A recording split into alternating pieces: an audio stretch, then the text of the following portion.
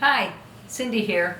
A few days ago I put a video up on YouTube on how to use your Singer Featherweight and the bias binding foot to make straps for medical masks.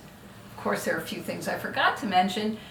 First of all, I found that using medium weight fabric works a little bit better than lightweight or heavyweight. If you have fabric that has been washed, you may want to use spray starch and iron it to put some sizing back into it so it will be a little bit firmer.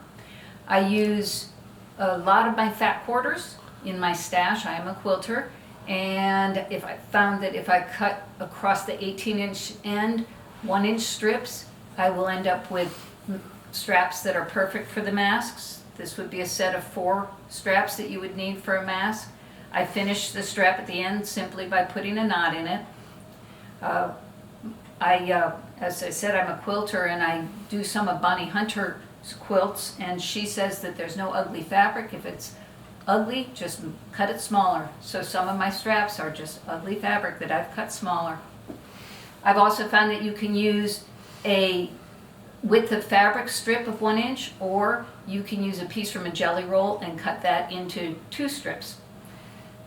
So I've been sewing masks with several friends in our community. We've been using the Foo mask. This is the pattern for it, and it's fairly simple. You cut 4 pieces, sew the center seam, put 2 pieces together, and it was recommended that we use 2 different patterns so that the nurses can tell which side they've had against their face. And you sandwich the strap inside the mask, sew around the outside, leaving an opening, pull it right side out, press it, and then I would top stitch all the way around, and that would close the seam at the bottom. Simple enough, made lots of masks looking like this. But I kept wondering, why couldn't I use the Singer Featherweight and the bias binding foot the way it was intended? Years ago, women would put bias binding on a strip of fabric to make pockets for their house coats or for their aprons. I did try it. I took made a mask, one of the pleated masks, and I tried feeding that through the side, and it was just too thick. It didn't work. Then I did a pleated mask, and I did the strap across the top, which looks great, but I still haven't figured out a way to make the folded edge look nicer. So I went back to the Foo masks and had a aha moment when I realized that if I sewed my mask top and bottom, making a departure from the pattern, leaving the sides open, I could then turn the mask, trim the sides with my rotary cutter or with scissors, and then I would have a nice clean edge that I could feed through the machine. Let me show you what I'm talking about. So I have a strip of fabric in the machine, and I found that with the masks you need about 36 inches of fabric to make the straps.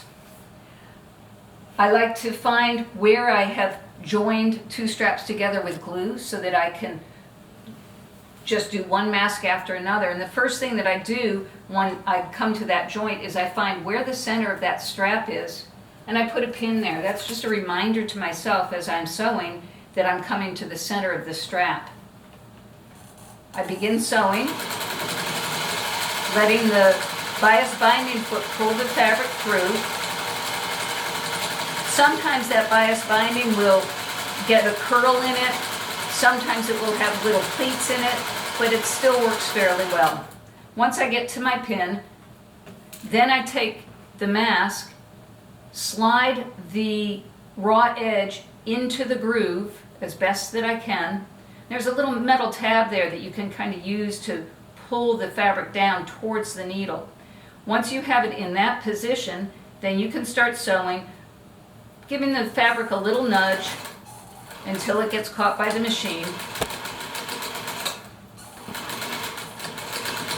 It will get pulled through, the bias binding will be put on to the raw edge, and you will have a beautifully bound mask. So what you'll end up with is a mask that looks like this, with the bias binding on either side. When I'm through with that, I do sew some top stitching, catching the bias binding so that I give a little bit more reinforcement, and I finish my masks. There's a lot of talk today about whether to use elastic or whether to use straps. We're using both. When we can get elastic, we're using elastic. But I've been doing the ones with the straps, and some of our nurses are saying that the straps are more comfortable, or some other folks are saying that the straps hold up to the laundering better than the elastic. So whatever, we're helping our medical personnel, we're providing masks that they can use to help them do their jobs better.